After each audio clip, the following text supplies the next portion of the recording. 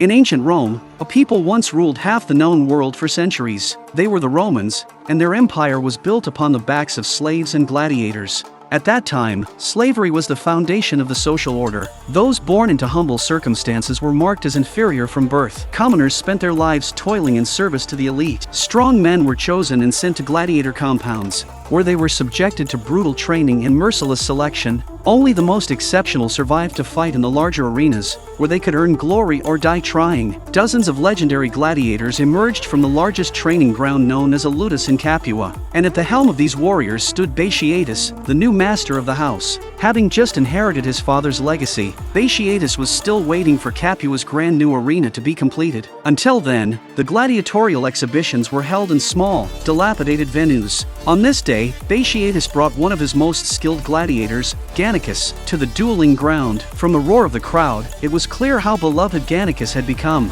But in ancient Rome, strength alone did not earn respect. Though Batiatus was one of the most capable Lenistus gladiator owners and trainers in the empire, he was relegated to a distant seat, far removed from the dignitaries, while Vettius, a rival Lenista, enjoyed a place of honor. Vettius also operated a gladiator training ground and maintained long-standing relationships with influential officials. Determined to rise above his current station, Batiatus sought to prove his worth through bold ambition. To do so, he needed to attract the favor of the political elite, and Vettius would serve as the stepping stone.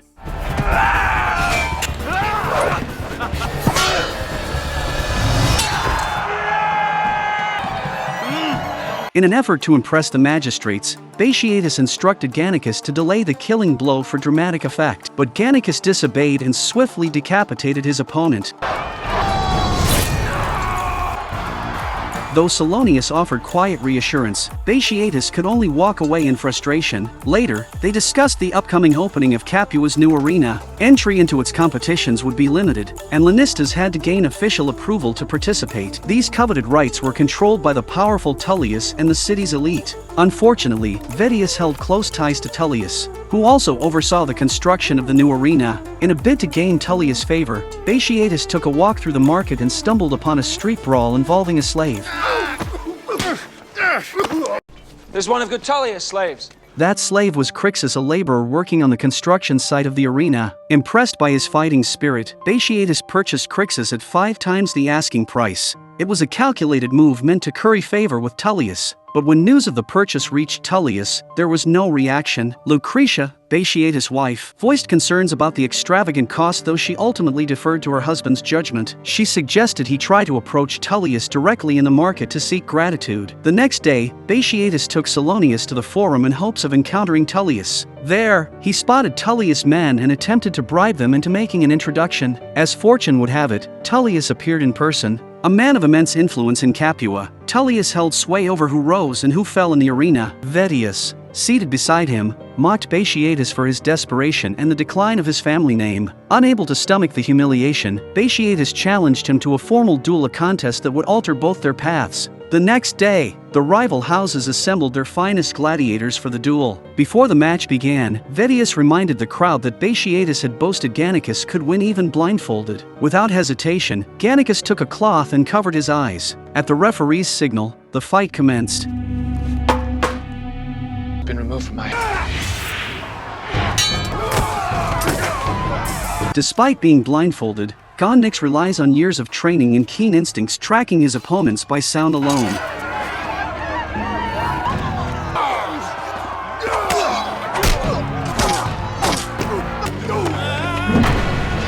He dodged the attack, disarmed his opponent, and after an intense exchange, severed his head in one clean stroke. After the match, Tullius praised the skills of Batiatus Lutus and invited him for a private discussion. Batiatus believed he had finally earned Tullius' respect. During their meeting, Batiatus launched into criticism of Vettius' poor management, but Tullius only smiled faintly. Then came an unexpected offer. Tullius wished to purchase Gannicus. Before Batiatus could react, Vettius appeared from the shadows. It was a trap. Tullius had secretly backed Vettius all along. The entire invitation had been a ploy to pressure Batiatus into giving up his champion. Batiatus refused. Tullius responded by having his men beat him mercilessly. As Batiatus lay bloodied in the dust, Tullius warned him to reconsider, or he would never set foot in the new arena. Batiatus, broken but defiant, stared toward the rising sun and the half-built arena. His resolve hardened once more. Soon, an opportunity arose. A Roman nobleman named Verus was set to visit Capua to select gladiators for a grand festival. Batiatus hatched a plan. He disguised several of his gladiators and sent them out of the city with secret orders. Since they were unknown and bore no household marks,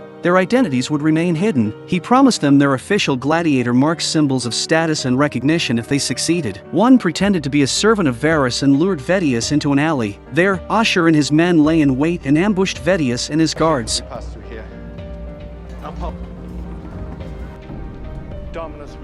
Vedius was left beaten, humiliated as he had once done to Batiatus. Meanwhile, under the tutelage of Oenomaus, Crixus advanced quickly through the ranks. With time, he showed signs of greatness.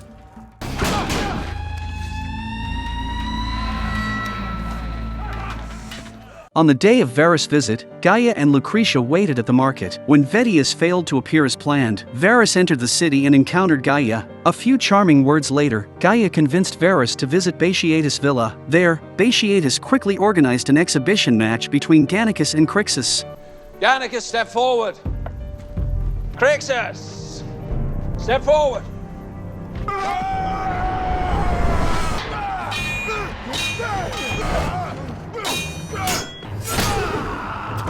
Oenomaus has trained you well.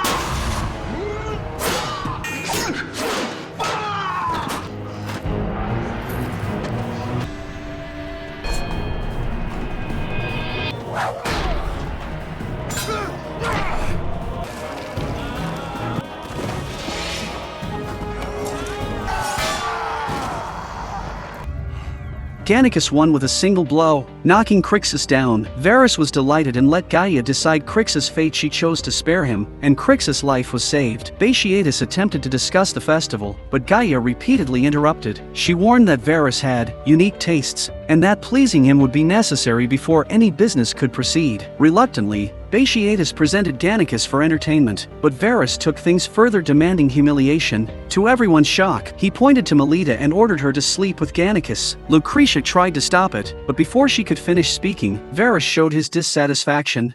Desperate to stay in Verus' good graces, Batiatus agreed to the demand. Gannicus and Melita, both burdened with emotion, obeyed in silence. Remove the drop.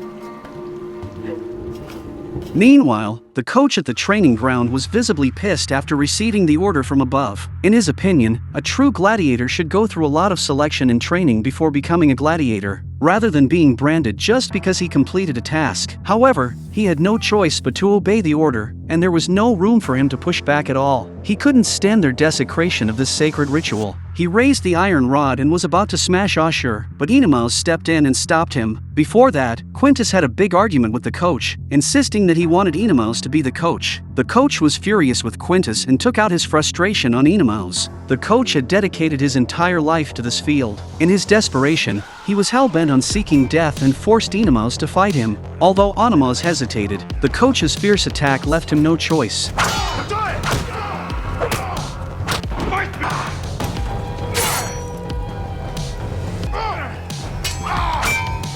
Prove yourself worthy, Oenomaus.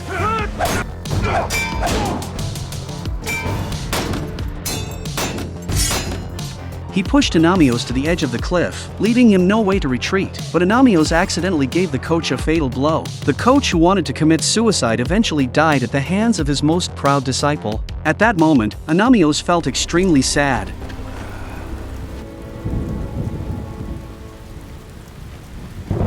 Verus, pleased with the spectacle, granted Batiatus a place in the games. Batiatus was elated his gamble had paid off. At this time, Oenomaus suddenly came to see Quintus. He told Quintus about killing his coach and felt deeply guilty. He wanted to seek comfort from his wife, and Quintus agreed to his request. Gannicus and Melita were both immersed in heavy thoughts. Gannicus no longer smiled brightly and was full of charm as before. Oenomaus also felt remorse for killing his coach. However, Oenomaus did not know that his wife was also seeking comfort and felt guilty. This was the fate of Roman slaves. They could not make their own choices and could only obey their masters. This was a helpless reality that could not be changed.